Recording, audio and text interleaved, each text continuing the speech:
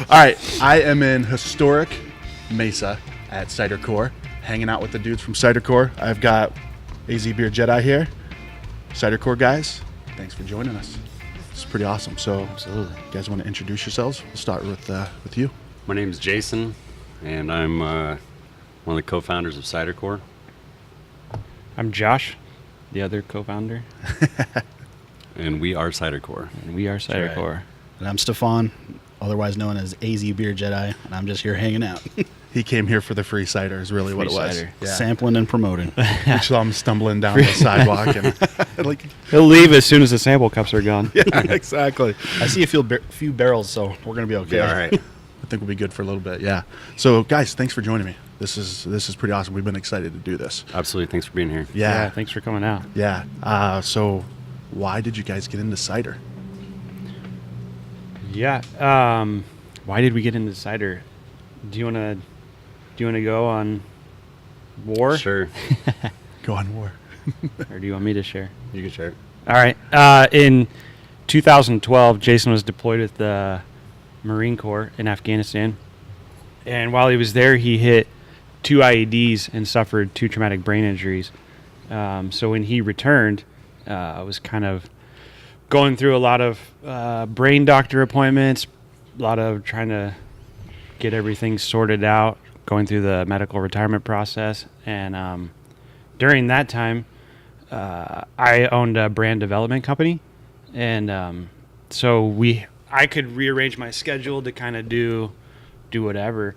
And he had mentioned that one of his doctors had told him, hey, you need to find like some sort of a therapeutic hobby, something to kind of keep you focused during the day, keep your interest going, and it'll help with a lot of the other processes, you know.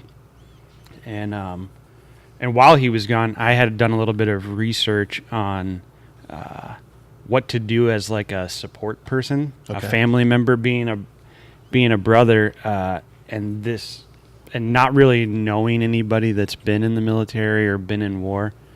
I wanted to make sure that I kind of knew like what is my role, because I don't have any idea of how things go down. And one of the things was finding a hobby to encourage the person alongside. So we had kind of looked at brewing beer, because we had always talked about that. And we were at his house out in Gilbert and kind of felt like every other garage was brewing beer. We can drink all of their beer and enjoy it. How could we kind of create something, or at least experiment with something that hadn't been around? Yeah. So that was a little bit of it. And then if you want to talk about Ireland and Yeah, so we stopped in Ireland on the way back from Afghanistan. That was kind of my first experience with cider outside of the 2 big brands, The mainstreams. the mainstreams, and I was impressed. I had a flight of beer and cider there, and they serve it like it's just a normal. It wasn't like here. It's like, can I get a cider? And they're like, well, yeah, we have, but there it's like it's kind of a mainstream thing. Like everybody drinks it like it's normal, like a beer or anything else. And so that was kind of my first experience. And it wasn't like I drank it and was like, oh my God, I'm going to go home and I'm going to make this. Like, this is what I want to do with my life, Yeah. And it was just kind of, I had it. It was good. And then Josh had some in Canada. It was a little bit different than what was here. And so, like he was saying, we were talking about making beer, and everybody was doing it kind of at that time, it seemed like, all of our friends. And so we thought we'd try to see if we could make something different here, and dive down into the cider making thing. So I think it was a little bit after I got back. It was his birthday, so I bought him a cider making kit from the homebrew store. Oh, nice. Yeah, we made Not it, nice. and it was it was horrid. It was pretty terrible. I think we were like, oh, cool, we made alcohol, and then we just flushed it all. Really? So, It wasn't yeah, even drinkable? It was terrible. Like in what way? Like, was it just like vinegar? Or? It was just super, super sugary. It was really harsh alcohol. mean, you could tell that most of it was just it wasn't necessarily the apples being fermented. It was, at that time we didn't know, but looking back on it, it was just fermented sugar. Yeah. This is a bunch of sugar, added sugar, because 'cause those what kits are comes- like, you pour this in there, you add some water, you add like bags of sugar, and you go right. So it's like apple extract with a bunch of sugar, So it probably took a while. My wife kind of saw that I was super interested in it, and at that time wasn't really interested in anything. So she ordered me a book on cider making, and at the time I was going through speech therapy, I was having troubles reading, and I went through this book. I read it and started doing a lot of research online, and we continued to make batches. It was probably a solid year though before we made anything that we're like, we could drink this. Yeah. I mean, it took a long time. It's kind of why we got in. That's why we went down the cider route.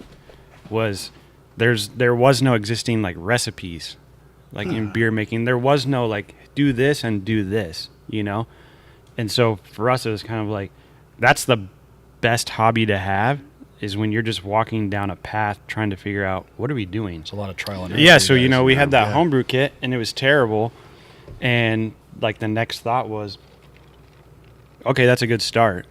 Now let's go. He knew somebody who had a family farm in Duncan, and we picked up a ton of just leftover apples from them.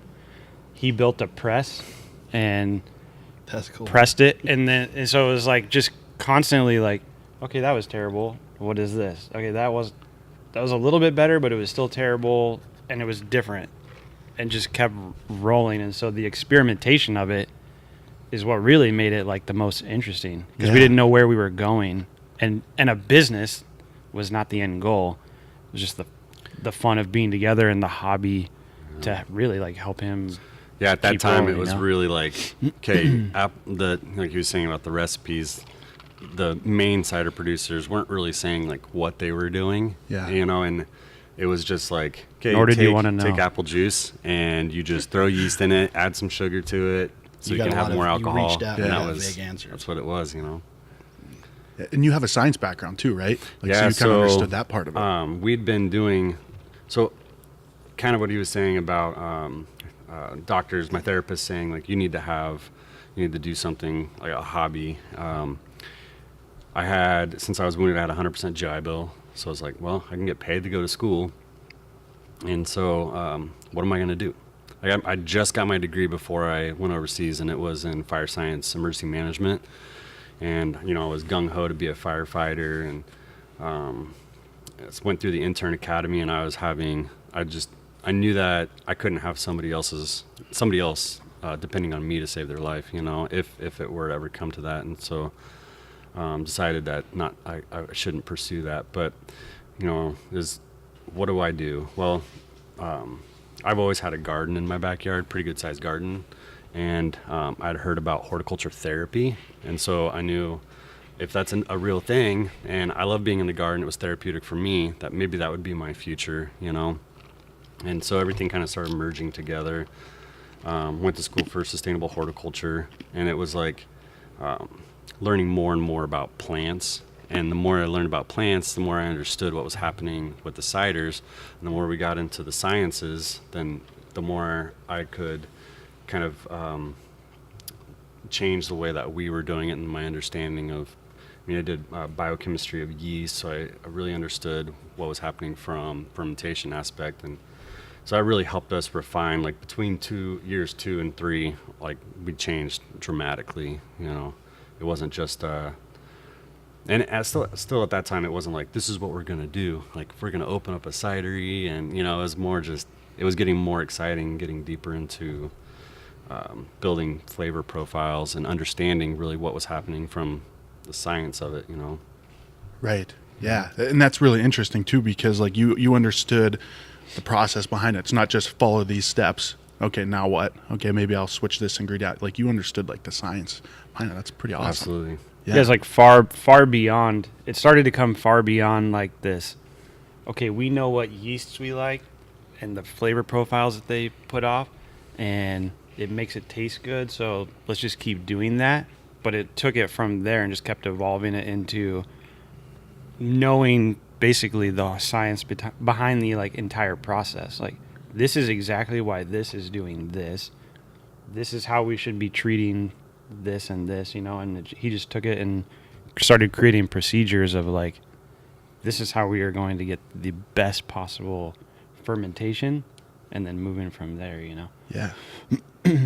Yeah. At a certain point, you guys, I know you had to have had like the aha moment. You talked about, your first year, like you didn't get something that you liked, and then the trial and error and then the experimentation factor. But when was the moment where it's just like, you know what, this is damn good. Like, we got to do something else that's as good but different. Like, when was that moment? For me is when I became neighbors friends with all my neighbors. They started coming over and the garage doors open, because They knew what to expect. we came from Kansas where you know all your neighbors. They're all your friends. You cook out, you do all this stuff. And been in Arizona since 2004 and lived in the same house for the last 4 years and only knew one of my neighbors. Well, now I know all of them, because when you're out in the garage, people come by and they ask questions. And before you know it, like, you're having a cider with them and, you become friends really quick. Right. Yeah. And, that kind of led to people being like, you need to do something. You need to be able to like sell this to people. People need to try this. And, that was kind of my aha moment. Yeah.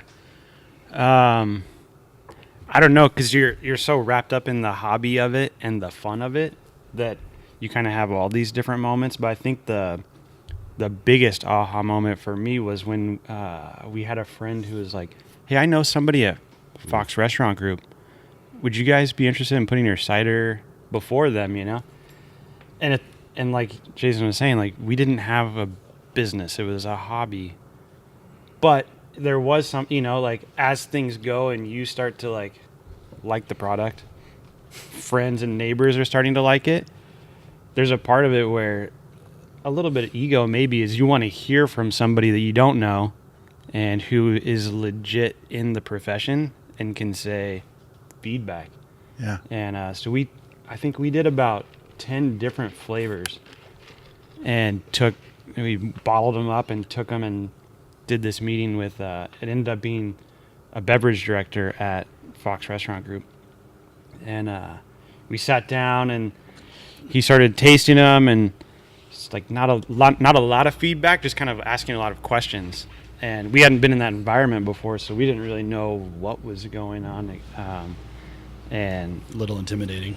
Oh, a little intimidating. yeah, a little intimidating, especially because we're at one of the restaurants, just sitting on the patio, so people are like eating all around us, And he's looking around like, doesn't have time for this, And Oh, really? Yeah. it's like these guys, like cider. Nobody cares about cider, And he gets almost all the way through, and it was actually about this time, I think, 2 years ago. 2 years ago. And we had just messed around with pumpkin pie cider for the first time. And he took a drink and he was just like, how did you do this? And there was a few expletives in there, like, what? And we kind of were like, oh, no. All right, so See you later. we'll take off. It's not good. And he was like, no, I'm saying, like, I'm not even sure how to describe it, because I've been all over the world and had ciders. And he's like, honestly, not a huge fan of cider. And he's like, and I know that all this is apple juice, and so you have to call it cider, but you guys found something. Where are you making it? And it was like, oh, we just make it in the garage as a hobby.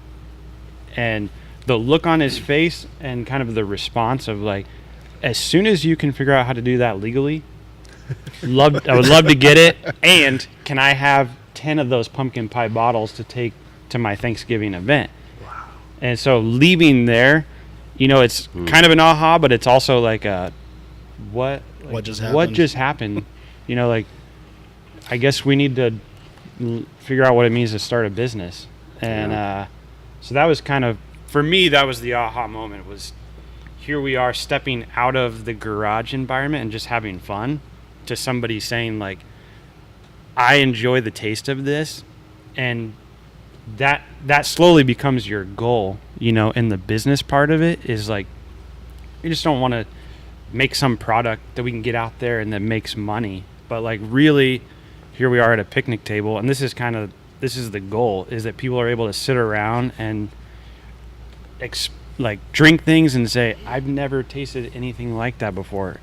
And maybe there's people that don't like this one or that one, but they can appreciate the science and the craft and the art behind it. And for us, that was like, that soon became like the pinnacle of what a business could be, is just building community in a new way. So. Yeah, one of the other things that came from that was pairing dinners. And so it was probably just a month after that meeting that we did a pairing dinner at that culinary dropout in Scottsdale. And, we had a little bit of a following just from homebrew stuff. Yeah, and that was it. The first one sold out in like 15 minutes. And then they called to ask, can you guys make double batch so we can, it's like, nope, but yeah, we'll do it, We'll figure it out. And we did, and they sold out the second one in less time than that. And it was pretty crazy. And so that's when we started to like, okay, this needs to be more than, you'll see in the production area, there's a couple 100-gallon poly tanks. That was our original production that we were going to be doing our production with. Okay. 100 gallons at a time, and doing those dinners, like, I think we need to do something more than that, and that eventually, through some other heartbreak, turned out to be good things. We ended up with 200-barrel tanks. So Awesome. we went from 100-gallon plan for Arizona Those are cider huge. to 100, 200-barrel capacity. So I kind of want to piggyback on, you just said, like right there, Arizona cider. Like for me, I'm anybody that has chatted with me or seen what I do, I'm just a massive enthusiast to the idea that Arizona's got great stuff. We don't need to look anywhere else. Let's look here and enjoy it. And I have had plenty of endless conversations with friends about a niche or doing something different, because people ask me, well, why don't you brew, or why don't you do this? And I'm completely fine with letting someone else doing something and me appreciating it. But I was thinking one day with a friend, I'm like, we should do a cider. There's no cider here. Let's do something like that. And he's like, well, it won't sell. No one. They already got a couple of brands, and it's like not a big deal. But I'm drinking 6 of your ciders right now, and I can tell you I've never tasted anything like these. And I still like those big brand or whatever that taste cider, but this is the next level, and this is why I think this is such a huge thing. And that's why when I seen, it was Mouth by Southwest that did an article on you guys, and I'm bored at work going through my little feed, and I seen that, and that was my holy crap, aha, like finally somebody. Let's get behind this and make sure that everyone knows, because it's not unless somebody introduces you to it do you even know that it's possible. And I think you guys just kicked down the door to what is like going to be like a massive thing. So like I'm so excited about it. Thanks, man. Yeah, that and that was kind of the thought behind. I think it was probably kind of when the cider started to turn decent, that we were trying to figure out. We added some red wine into one, to like a mulled cider with some spices and orange peel. I was like, all right, so we can do some collaborations with the wineries, because we're going to be a winery, but like, what about like a brewery, and way back in the day, I used to do malted ciders where they would just add basically beer wort to apple juice and ferment them together. So we made one in the house, and it was like, this could actually be really good, and so when we ended up down here and kind of went through the construction process of watching Oro come to be and hanging out and becoming friends with them, is like, I want to do one of these, so we did a Irish red malted cider we called the High and Tight, and it became really popular. But then we did a second one with them, and then we did this one with 12 West, and it started to really feel like, because we're coming across a lot of people that are like that, like they need to be introduced to who we are and what we're doing. And the brewing industry is awesome right now, and so it's cool because we're not a competitor of the beer industry, so we can go in there and do something unique and different with them, and it is an introduction for us, but it's also a new and exciting product. So like this Kettle Sour IPA is, I think they went through a 10-barrel batch in like a week and a half, Wow. So it was an awesome seller. It's really unique, and that showed us off to a bunch of other people, but also got them a little bit of recognition and doing something different. Well, that's when I came down to be able to see you guys was over at Oro. You guys did joint forces. Yeah. And I had no idea that there was ever anything like that before, like a merge between the two. And just there, that night was packed. And then we came over here, and there was tons of people, excited to see it. And I guess didn't get a chance to go out to, I think, were you guys at Ellsworth and then 12 West? 12 West, yeah. 12 West. Old Ellsworth. How was it there? I mean, did you get the same reception, and were there people supporting? And Oh yeah, that night was insane. The 12 West release, it was the inside was packed, outside was packed, the neighbors outside was packed. It was packed everywhere. Nice. It was really cool. I think the greatest part, even beyond just there being so many people and like kind of the reception being good, was that the responses to the Dead End, the kettle soured IPA, was the same as how you were kind of talking about our ciders. Is like, what is this? Yeah. I've never had, like, this is so cool to experience something new. And that's like back to what you were saying about just championing everything in Arizona. Well, we're both East Valley guys, and so for us, the wilderness, like when they first opened, and kind of being a part of that, seeing their journey of saying like, our entire brewery is going to be about pushing the bounds of beer and experimentation, but also we're going to, like, it's always going to be about Arizona. We want people to know. And yeah, and like, I know early on I had saw like an interview with a couple of the guys, and they were saying that they weren't going to do like mass distribution of their product because they wanted people in other states around the country to say, I'm going to go to Arizona, because if there literally is a brewery there that's making some of the best beer in the world, I'm going to go there on vacation, not during the summer, and and check out these beers. And for us, it was like, that was really inspiring to hear, like, that we love our state, and our state has a bad name politically. Our state has a bad name in a lot of other ways. So let's make something to start building this place back up. Right. And for us, that was like how, once it turned into a business, that's kind of what the charge that we started following was like, let's make something that our state can be proud of, because they can say there isn't anything else like this going on. And then these collaborations just take that to a whole nother level. Because like you said, I never heard or seen that before, Right. And we get responses on social media from people in other states saying, what are you guys doing? I don't get that. Yeah, we're that's seeing really other breweries cool. and cideries doing collaborations. It's really cool to see, like, It's kind of like a trend. almost because like it seems like the wine industry and the beer industry have always just been kind of mind their own business, separate. Like, you don't really, besides trading barrels or something. So trying to like bridge that gap of, we're all a community, we can all work together and do different crazy things. Well, that was kind of my concept, or little conversation that we had before we started this, was the idea that on a team, or I like analogies, I really like military analogies, you have different sections assigned to a different thing, but you're composite to the end goal. And the end goal, who doesn't enjoy a nice drink? And the idea that there can be that unity. I mean, you're going to get barrels that are, from a winery, and then you're going to partner up with a brewery, and then they got something from a distillery. So having cider here in Arizona is really completing that team. And, like you said, it's not about competition. It's about pushing each other to do like the best that they Bigger, possibly better can. things. And I was driving to spot that I'm a big fan of the other day, and actually had a conversation with somebody there about a topic I was thinking about. People who are snowbirds and people who come in, it's got to be really interesting when they show up every winter and the place is doubled in what's available. Whether it's bottle shops, breweries. Now that we've got cider, it's like every time they come here, it's going to be that exciting thing. So to drive that point, it's going to drive traffic back in a larger way. Yeah, and it's interesting too to like it's like someone that says, "Oh, I don't like beer." It's like, well, you haven't had good beer. That's why you don't like beer, right? You know. Sure. So same thing with cider. People are like, "I don't really like cider." Well, you haven't had good cider. You know what I mean? Sure. So that's what you guys are doing, and this stuff is fantastic. So we've been kind of sipping through them a little bit here.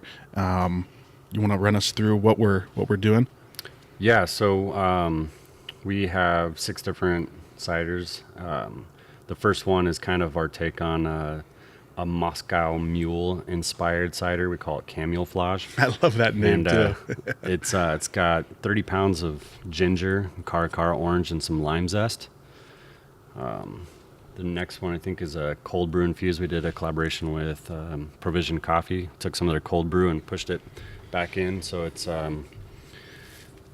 got a nice. One of the things we noticed with coffee was, you know, like when you talk with a grinder, like, oh man, you're gonna get like floral and chocolatey notes, and you're kind of like, yeah, it tastes like coffee to me. I don't know, you know. And to us, it seemed like the cider really kind of opened up those notes, so you can really taste some of that chocolate and floral and citrusy notes. It was really cool, and it seems to be kind of what cider does. Is whatever you put into it, it really kind of shows it. Amps it up. The next one is It's the ginger. That's the Moscow Mule one, right? Oh, is it? I think this one I'm smelling. Yeah, you can definitely smell it. Like, yep. That's, You can definitely smell it. Did I bring 2 of those? we got That's the pumpkin pie. All right. the pumpkin pie. Yeah, that one's really interesting. Like that's Yeah, so we did kind of collaborated with Worth Takeaway across the way, and took in 50 pumpkins, baked them, and then took the skins off, steeped them in apple juice for a couple hours with ginger, cinnamon, nutmeg, allspice. Totally get that cinnamon. All the Yeah. pumpkin pie All the- seasonings. Yep, and And I'm a nut for anything cinnamon. Like if cinnamon's a component, I'm like, oh, it's got the next cinnamon. I'm one good. Yeah. was our prickly pear hopped. So prickly pears, and then we add Mosaic, Centennial, and Cascade to dry hop it just very lightly to add a little bit to the earthiness. Is that the Lady in Pink? Lady Is in it- Pink Liberty. Okay, Yep. Yeah. I have a question about that one, and I need you to verify or correct it. Raw. To your knowledge, was there any other prickly pear ciders before you did it? To our knowledge, no. Now that you've done it, isn't there? We're not- seeing it in other You're states. seeing it in other states Really? now. Yeah. Yeah. That's pretty. You're That welcome. one was like kind of like the whole purpose behind that was back to the Arizona thing. Something unique. It's like, what kind of a cider can we make that says this is Arizona cider? And prickly pears Yeah. seem to be a really good fit. And now, yeah, like you said, you see it in different states where it's like, prickly pear. Interesting. Didn't know that it grew there. That's pretty cool. But I mean, which is amazing. Like, it's a great flavor that, like, again, if people are drinking it in other states and are looking up, where's prickly pear from? Where did that start? You know, we got then it's all eventually like coming back to here. Yeah. But yeah, when we made it, it was honestly probably once we started flavoring the ciders, it was probably That and mango First. habanero. yeah, it was like Oh, the nice. first 1 or 2 flavors that we did. So that's been around for almost 4 years, you know. Okay. And it's refined over time, but the idea of having a prickly pear one and then the brilliance of the way it looked once we started to infuse it, it was like, Yeah, all right, I that's- think That's amazing. that we got to stick with this one. This one's got to be a staple for a while. Yeah, that one's really good. It's so smooth too. Like it's a perfect combination of flavors. It is. Okay, so we just drink now. So we had one.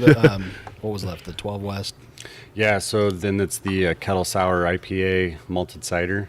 The dead end. So we It's called the Dead End. The dead end. The dead end, is that this one here? It This is. Okay. So that one was kettle soured IPA, and then boiled that off and blended it with half and half with the beer wort and apple juice, co-fermented them together, and then we caramelized 40 gallons of apple juice, down to about 20 gallons and pushed it back in for the unfermentable sugars to give it a little bit of that, because it was really, really dry. And then dry hopped it with 30 pounds of, I think maybe over 30 pounds of hops. If you've had 12 West beers, you know Noel likes to go all I in. like their beers, man. Yeah, me too. So Yeah. I have a question about that one. I mean, you guys have had it out. What has been the reception like? Because there's something I want to say about it after you say that. To the collaboration? Yeah. To that flavor. Yeah. Like I think Jason mentioned earlier, is 12 West went through all their kegs in like a week and a half.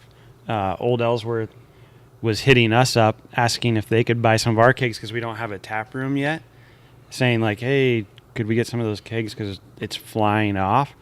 And so the reception, as far as we know, it's been really good. And when we bring people in and do little samples and stuff, it's always been kind of back to that, what is this? Right.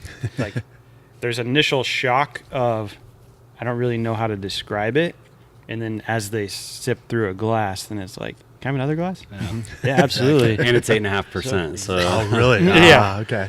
Yeah, so we stop at one glass. That's what you're going to run into a lot of, again, trying to like get someone by the hand, bring them in, and be like, no, trust me, try this. Because I do that all the time with people. And initially their thought is, well, I don't like beer. And I was like, well, watch.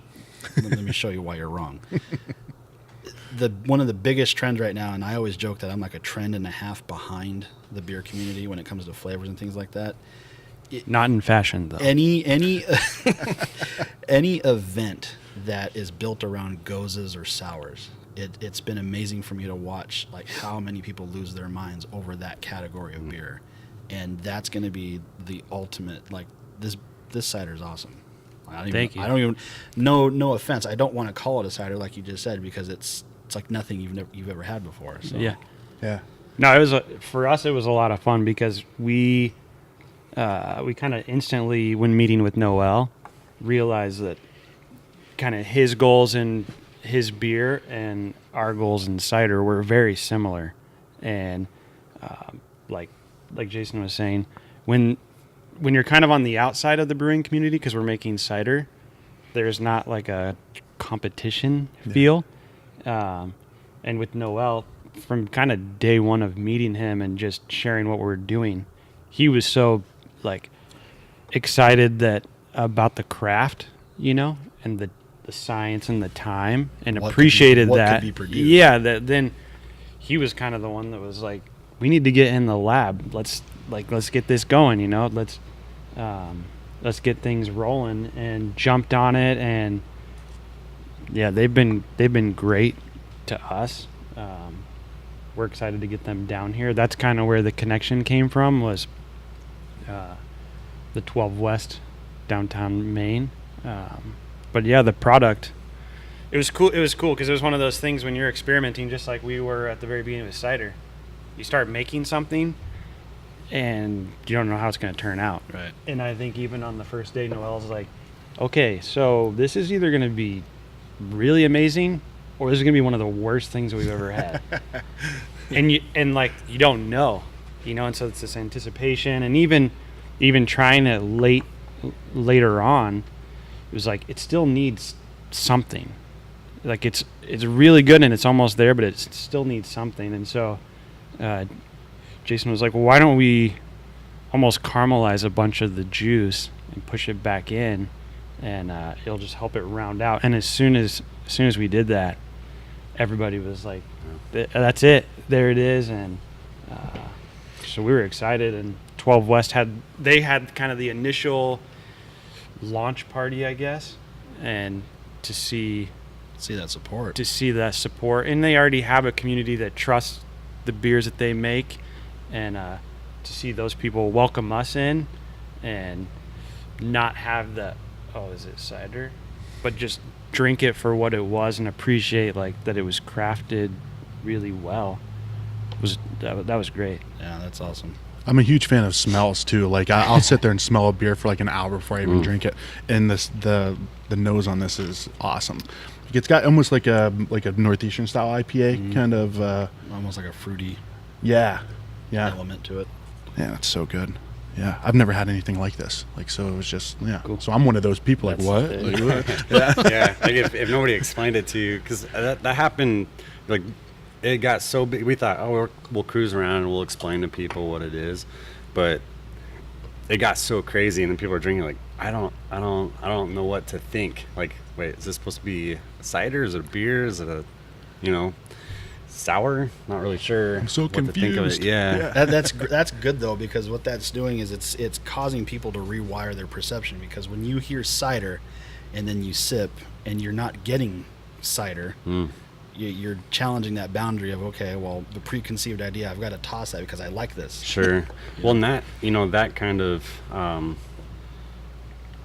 of describes perfectly like our entire line of ciders, and how there's a lot of people already kind of like, we don't like ciders because they're really tart or they're really sugary, and that was one of the things from the get-go that we wanted to change. Like, we don't add sugar pre or post fermentation, only the flavorings, like we post flavor. But we wanted to have something that, what happens then is when you ferment it out, it becomes really tart. 90% of the acid in an apple is malic acid. So if you take that sugar away, you're left with a lot of acid. So a lot of places have to add sugar back in, or a lot of flavoring to kind of balance that out. So, we've adopted some kind of wine techniques, some brewing techniques, and so we start our fermentation with, we do 10% ferment with wild yeast strain, and then we overpitch with beer yeast. So these were done with an English ale and a Burton ale. And then How did you know to do that, if I may ask? Because I know that you said you had reached out to try to figure out, what kind of process or path to take with doing ciders. Like, where was the inspiration to do something different? So I'd read one of the trends right now is, I don't remember, I'm going to probably misspeak here. I think it's China is trying to get into the wine industry, and they wanted to do something different. And before we became so sterile with our process, your people were pitching years ago. The yeast strains weren't single variety. I mean, there was all different kinds of things happening, and so they started using wild yeast, Torula spora, different types of yeast strands to kind of add some mouthfeel. And then I had heard, talked with a winemaker from Napa, and he was kind of playing around with it. And then everybody knows Carvin Wilson. Mm-hmm. Oh yeah. Yeah, he was using it in some of his meads, and so I was like, oh, I'm gonna give this a shot. And it added so much mouth feel to the ciders, because cider is can be very one-dimensional. It's hard to kind of add like a big mouth feel to. So that's kind of how we got into using that. And then we would overpitch with a beer yeast. It would outcompete that, and that's where you get your main alcoholic fermentation from. And then we co-inoculate with a malolactic bacteria. Malolactic bacteria in the wine industry, you wouldn't drink wine if it hadn't gone through MLF. And so we knew that we didn't want to add sugar back to it. We didn't want to add so much stuff that it turned into a Kool-Aid. Yeah. So how do we cut that tartness? Malolactic bacteria. It consumes malolactic acid by like about 45%, converts to lactic acid, so you get a nice smoothness to it with a little bit of maybe tartness in there, but not near as aggressive or abrasive as it is without. So really, I think kind of what sets our ciders apart from most, and I don't know anybody else in the cider industry that's using malolactic bacteria right now. So at the end, we make we add a little bit of tannins, and then at the end, we don't have to make any adjustments. Our final product is done. It's balanced. We can just add in prickly pear or ginger caracara, orange and lime, and that's it. So I think that's but what we're getting is people from the brewing industry love it. People from the wine industry love it, but like your kind of typical cider drinkers are kind of a little bit confused of why isn't this have like that grainy, sugary feel, or why isn't it really tart? And it's because we're trying to show that there's much more to it than just pitching yeast and being like, hey, letting it dry all the way out and then adding stuff back in to cover up that dryness. And so we actually stop fermentation before it's complete. So there's very little. I mean, there's less sugar in most of these than most beers. But Really? it's just that we don't have that hop and grain order to kind of bitter it back out. Yeah. So that was our way of kind of staying true to the apple and not just getting an alcohol from it that we can make a cocktail. That it would still all of them would still have a apple-ness to it, you know, so we could stay true to what we thought was true to the apple and what cider should be. So that's really kind of how You're leveling up the form, which I think for a lot of people who are in anything, you know, when you put craft in front of it, they want to see the boundaries pushed. You know, Absolutely. or even jumped, for that matter. Yeah, for sure. You know, doing it this way is much more expensive. It's a lot more time consuming. You know, we use temperature control so we can ferment in the low 60s.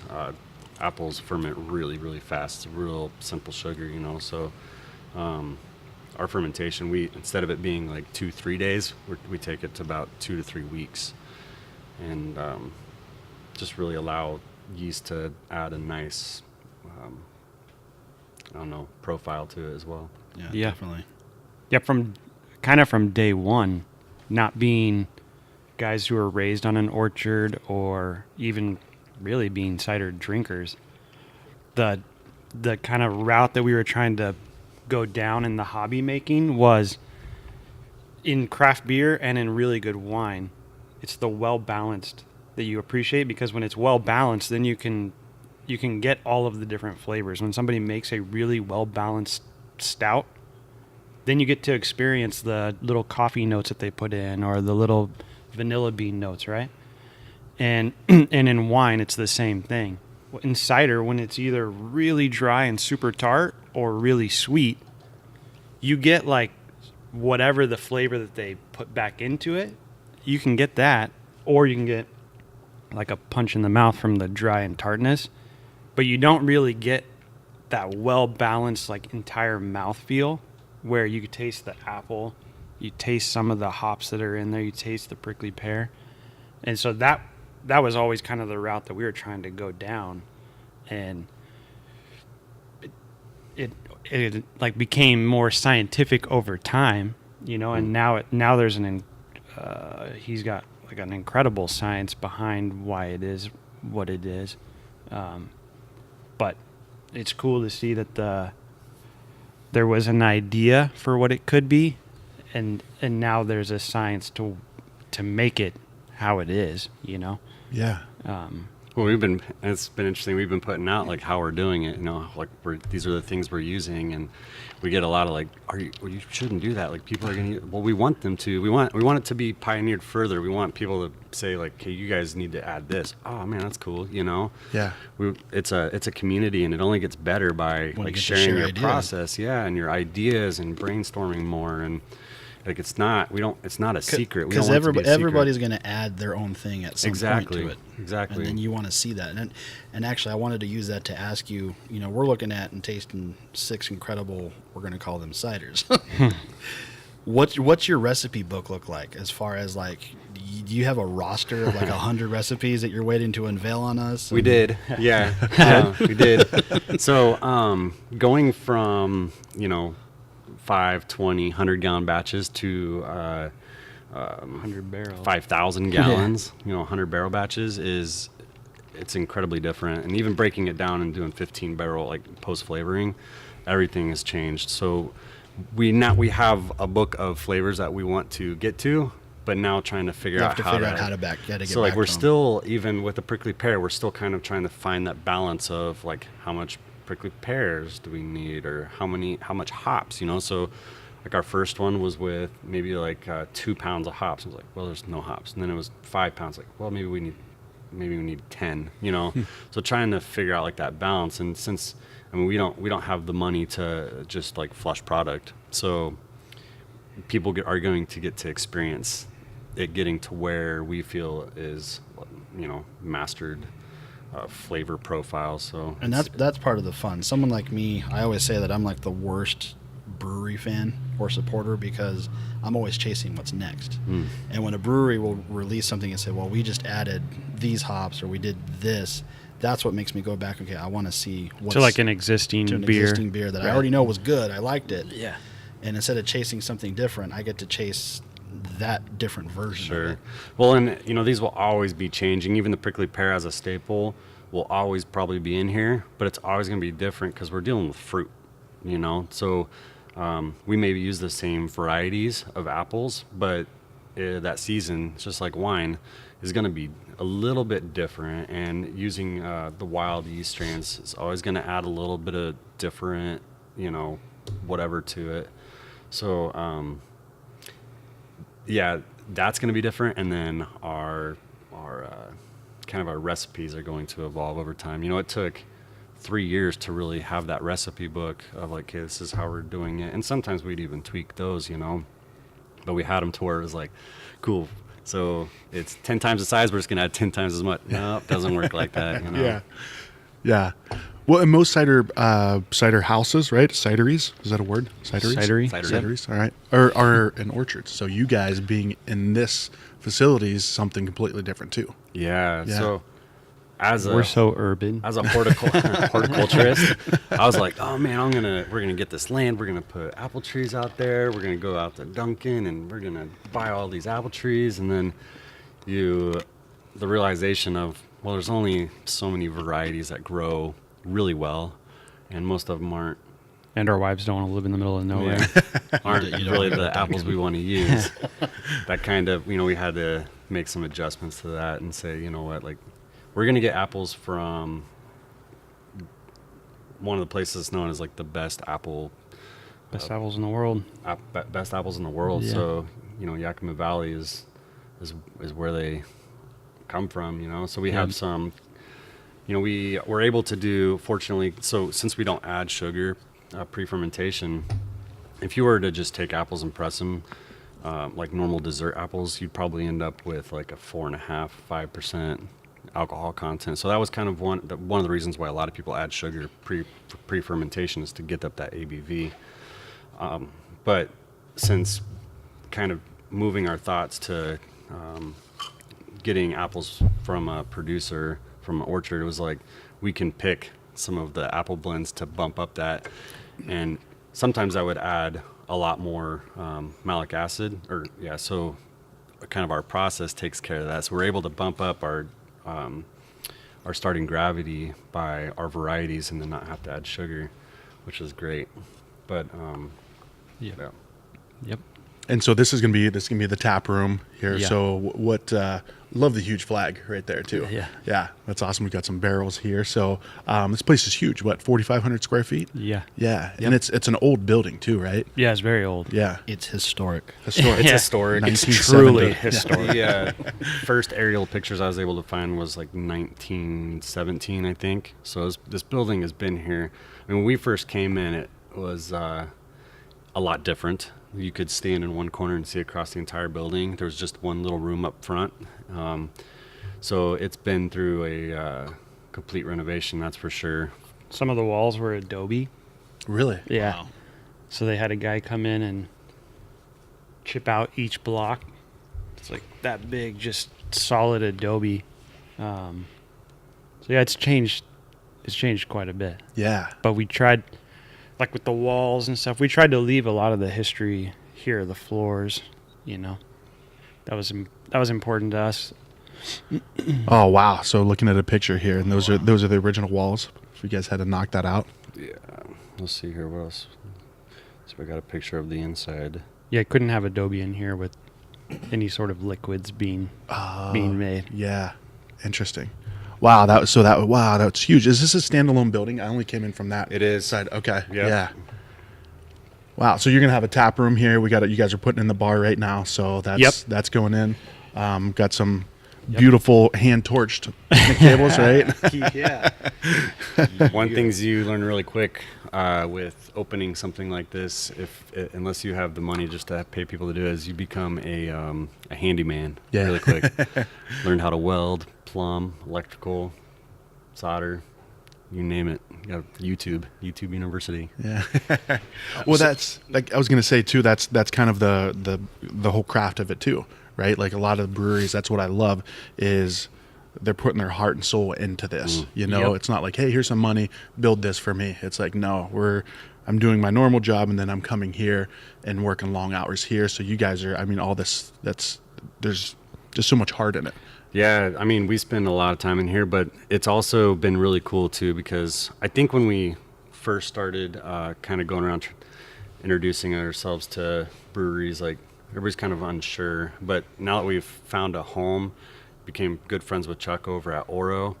He's gone through his first year now, and so he comes over here almost daily of like, okay, don't do that. That's what I did, and that's not okay. Try What are it you this guys way. doing? And so just having like kind of a mentor or a community that comes in and like gives pointers or helps out, or it's been incredible to see kind of the community that is coming around us and helping us get going and do this. All right, well, I don't know how to do that, but I'm going to figure it out and do it, Yeah. Like, don't pay somebody to do this. You can do it. I'm scared, but all right, cool. There's a YouTube video somewhere. Yeah. Oh yeah. Yep. I mean, I literally learned how to weld this weekend. And so On YouTube. on YouTube. Yep. So I borrowed a MIG welder from Chuck and built a bar. Nice. That's awesome. Well, and you were telling me too about the wood that's going to go on this. That's an awesome story. Like the idea behind that. Yeah. We when we first knew that we were getting into a spot, we were like, we need somewhere to get some Purple Heart wood, and we looked everywhere and had found out that some of the major like wood distributors, or however you want to reference them, Wooderies. wooderies. Millers. They had like been importing it illegally because it's a pretty rare thing, and so it had kind of been shut down for a little bit, and so we gave up on it, and we were just gonna do a pretty simple like picnic table top on the bar, and Jason got on Craigslist a couple days ago right before we went to buy the wood just to see like, is there any big planks of trees or something? And some local guys up in North Phoenix had the Purple Heart wood listed on the Craigslist. It wasn't even listed. There was just a pallet with some purple wood on it. I was like, that can't be Purple Heart wood. Yeah. So we got a hold of him and went up there, and they had a bunch of it, and said if we came and helped them do some of the sanding and the work today, they would be able to get it to us in time for us to have our bar. So, but yeah, like that being the center point of where us meets the customer, and that being kind of the crux of the business, really, like that's this Purple Heart is why this whole thing started. And so we thought we couldn't pass up on the opportunity to get it at whatever cost, even if it meant, again, picking up some That's YouTube really cool. University. What is planking and milling wood mean? We're about to find out. Well, what is it like? So describe what the Purple Heart wood is. Like, Yeah, so it's actually it's purple. So it's from the sapwood, or also known as the heartwood of a tree. So in the center of a tree, if you were to cut it in half, you know how there's a dark area, and the inside of this tree, when you cut it, the sap almost bleeds out, and it is a brilliant purple. Yeah. So once they cut it and process, so this is not stained or dyed. This is the actual color with a little bit of mineral oil on it. it's amazing. Yeah. Like when you guys, I'm sure when people are listening to us, putting you guys under time pressure, you have to have it up by the time we put this episode on. Yeah. Yep. But no, this is amazing. Like How will that look? Will it be like a big piece? Will it be pieces together? The entire, so that's just a kind of a base that it will sit on, that the Purple Heartwood will sit on. Right. So the entire top of that will be purple. No, what I mean is like, is it going to be a long piece? Like these are long, or will it be pieces together? It'll be pieces like little together. planks. They're in. Yeah. yeah, those trees are only so big. So they're, I think, about a foot Yeah. wide, 9 foot long. But we'll piece them together and Yeah. That'll look really neat. Yeah. So obviously the core part of it, like the cider core, like military, there's a lot of emphasis on military. And you guys have, I mean, we're looking at these tiles here, right? That's a big piece of, the whole picture. Right? Absolutely. Yeah. Yep. Yeah, I think we can both probably touch on this. So, kind of coming back to the valley, wounded, and trying to figure out, like, what do I need to do? Like, What's you know, next? I was still part of Wounded Warrior Regiment. I was going out to Balboa in California for medical appointments, and but didn't feel like I was getting what I needed, or my wife didn't feel like I was getting what I needed. So, I was kind of going out, and my military appointed lawyer was like, "You are your own advocate. Nobody cares about you in a positive way." He's saying, yeah. Like, you have to go seek help, And so I was going out and, like, just trying to find my own help, and through, like, connections, I started going to Barrows Neurological Institute and Sonora Naturopathic Center, and all these places that were trying to help me out, and kind of on my own dime, and they were really hooking me up too. So kind of as this whole thing has evolved, like, we've started to realize, there's a huge problem in the veteran community. There's over 22 veterans that commit suicide every single day. And so a part of that is just not wanting to go and be medicated. Like, there needs to be a true, like, something needs to happen. And so we wanted to be able to make an impact that way, trying to kind of connect the dots. And that's part of the reason why we wanted such a big space. We're going to do what we call honor nights, where we can have maybe nonprofits come in and talk about what they're doing, and then that'd be like maybe a fundraiser where we can help them out. Because I had some nonprofits get a hold of me and was like, "All right, cool, like, what can we help you with?" "Well, I have, like, $10,000 worth of, like, doctor's appointments coming up." "Well, like, how about a bike?" Like, well, Or a hot air balloon ride. like, Wow. yeah, no, I got a hot air balloon right now. I was like, the last thing I want to do is, like, die on a hot air balloon crashing. So Stuffed in a basket thousands of feet above the ground. With So other just people. giving No them control. Yeah. the exposure, or giving them an opportunity to talk. And like, we don't always want to talk about our problems, until, like, because you go to a doctor and it's like, you are broken and you're there to be fixed. Like, we're not cars. Like, we want somebody so sometimes having a coordinator or a nonprofit that is kind of like, can help you navigate that and feel like a person is super beneficial. Well, someone to get behind you, in the sense that, just like you were encouraged and advised that you need to direct focus somewhere. And it's not a cool thing. It's not easy, but especially, like, for guys, especially military, there's a lot of things that go unsaid. Oh, yeah. And it's tragic. But when I heard that was going to be a focus for you guys, that touched me, because my dad is a veteran of Vietnam, and he, not going into too much, he's had some struggles. Yeah. But he's done amazing, because he's had a great support group with love and family, and somehow, some way, without ever going on to medication or anything like that, you would never have known. But I know that's an unspoken trial that too many people face. So Absolutely. that's awesome. And that the support system that you just described, that's part of why we're called Cider Corps. Is a part of it is a tip of the cap to Jason was in the Marine Corps, but the word corps means, like, a group of people focused on helping or serving a certain thing. They're passionate about a common focus. And so for us, we felt like, because part of the ownership has experienced that, it allows for, like, you to actually reach out into that group of people and have a voice.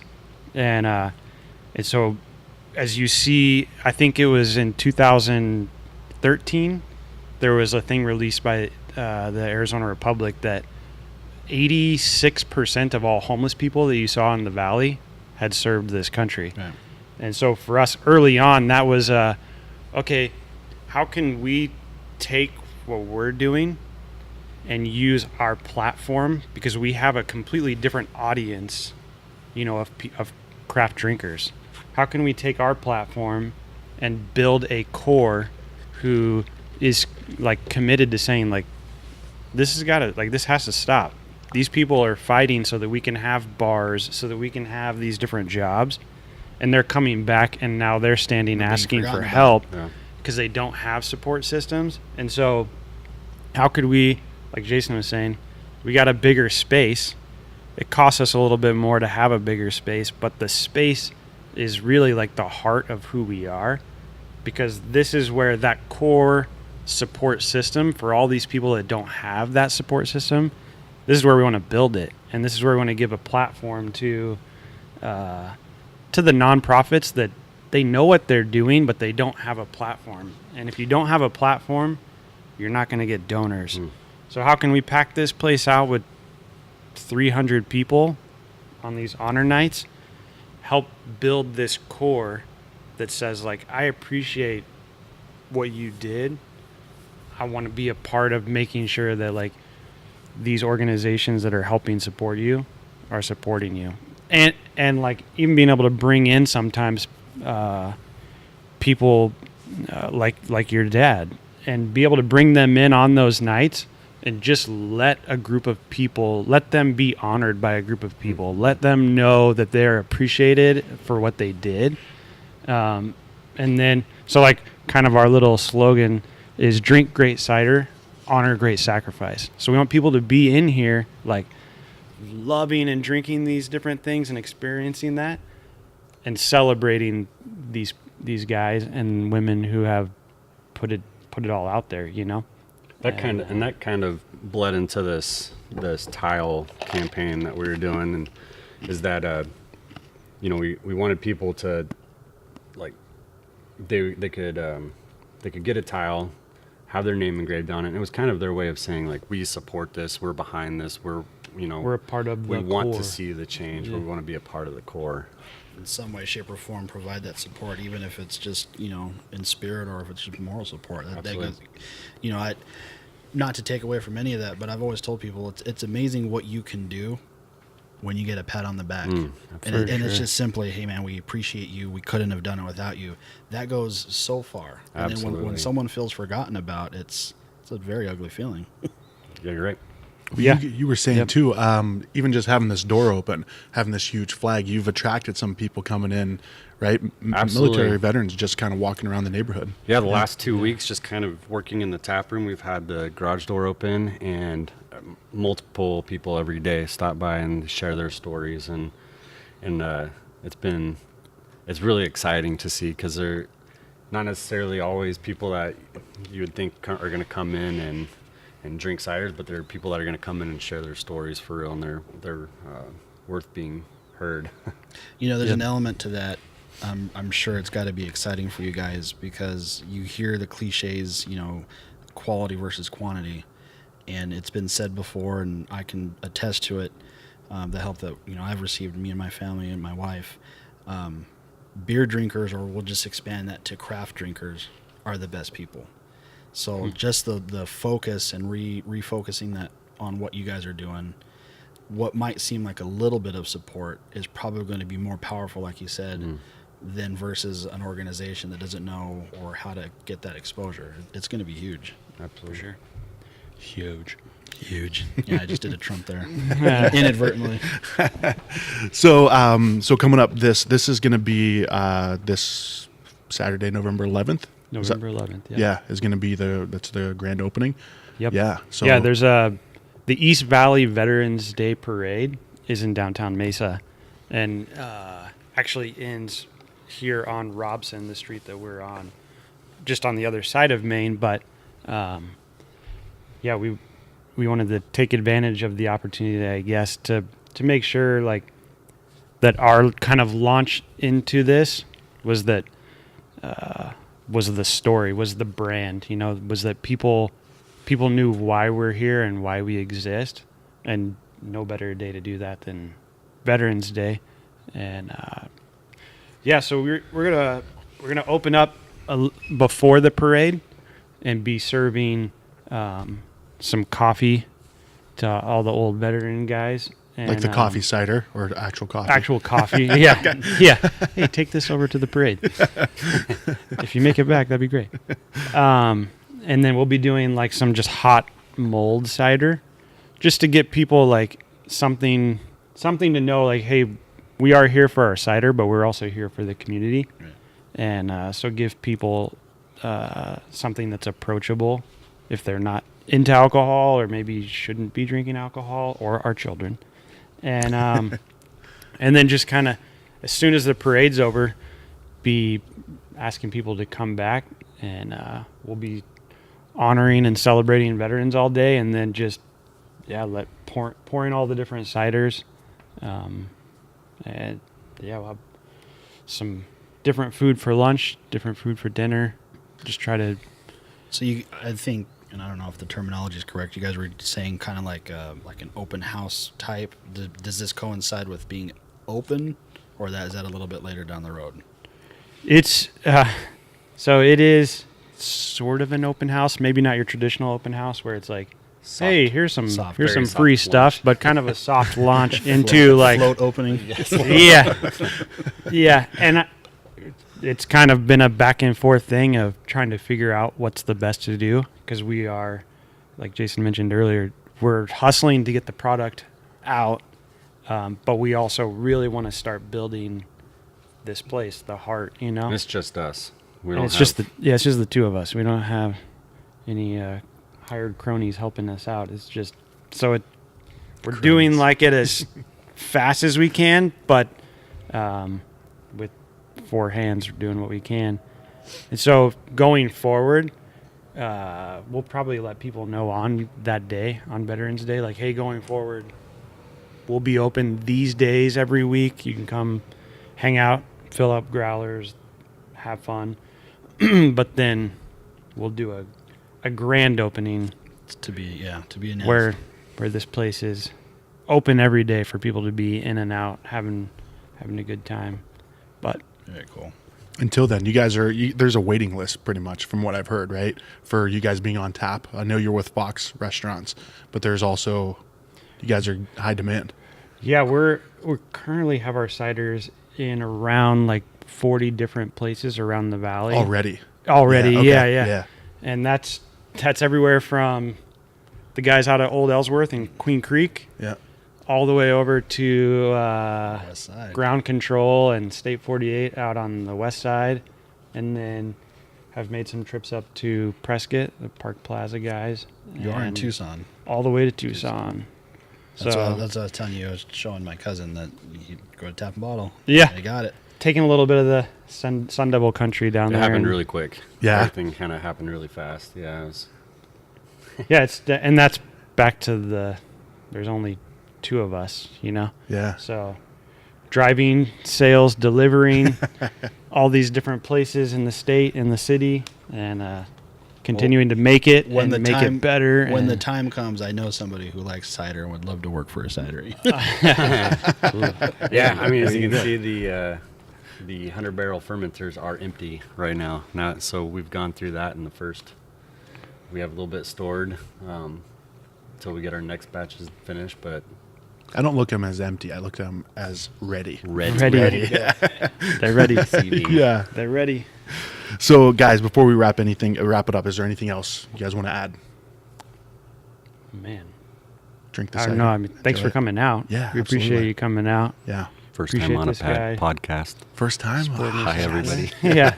You guys did great. Made for radio. Feels good, right? Yeah. Feels good. Yeah. But yeah, I mean, I guess we want to thank the community as well. We've been really appreciative of the support that we've gotten from the different breweries and little tap and bottle shops. Stefan over here he's a huge advocate for you guys. Been an advocate, and you guys rock. Just keep doing it. Yeah, we hope it just continues to grow. And people get to come enjoy the good the good stuff and be along in the journey. That's kind of why we went ahead and got the picnic tables and kept it pretty basic was allow people to kind of join our core and grow with it, and Yeah. help them see that it's not about how cool the tables are, how cool the tap room is, but it's about the cider and honoring veterans. So Hashtag friendship. hashtag friendship. Yeah. So keep an eye out for their ciders on tap around the valley. Yeah. Come here when you can and get a cider off of a grenade.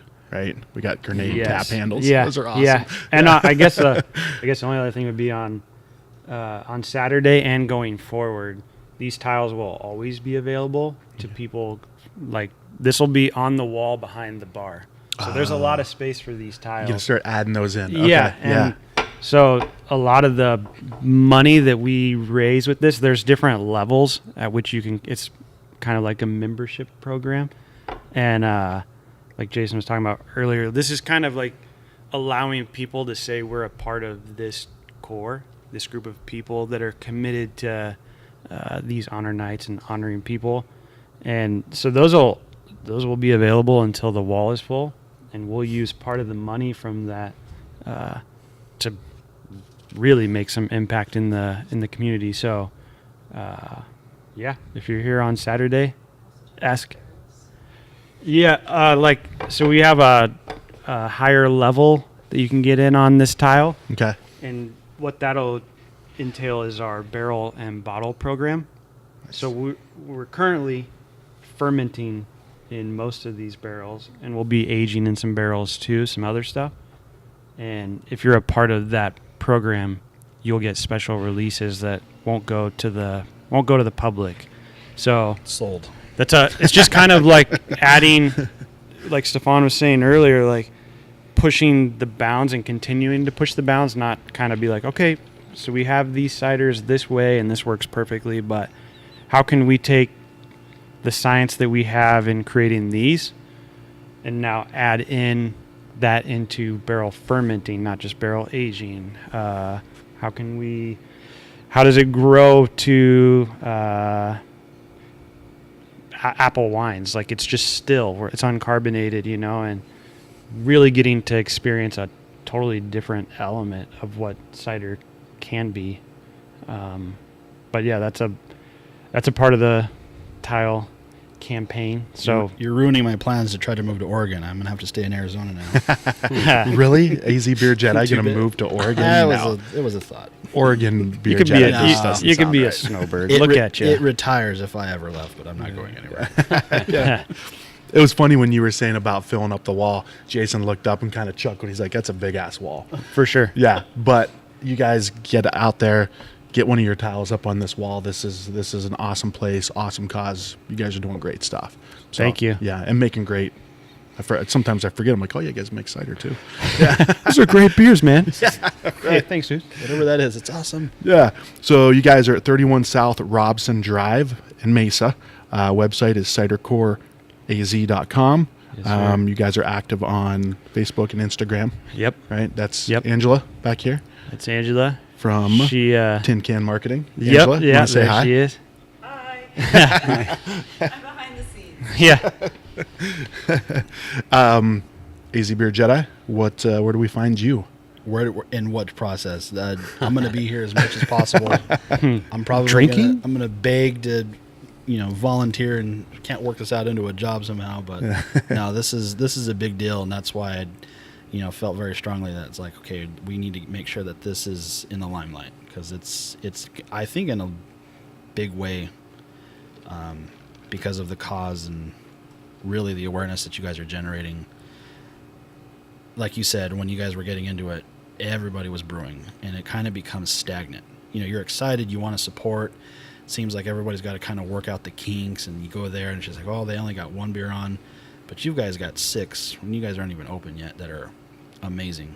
That's Thank just you. the product business form of it. But then what you're giving back, I think, is going to be huge. It's just, I can't not say that. It's going to be amazing. So So many can't- different can't- levels to it. Can't wait to see it. Yeah, Yeah.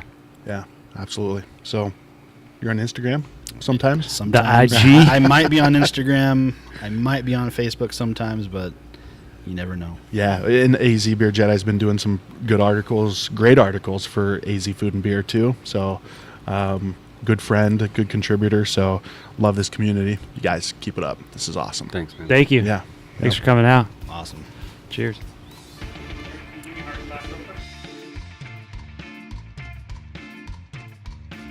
Hey, thanks for watching this episode. If you guys like what you're seeing here, what we're trying to do for the Arizona beer scene, make sure that you follow us on Facebook, Instagram. Everything's going to be on tapthataz.com. Doing what we can to support Arizona beer. Always remember, stay awesome.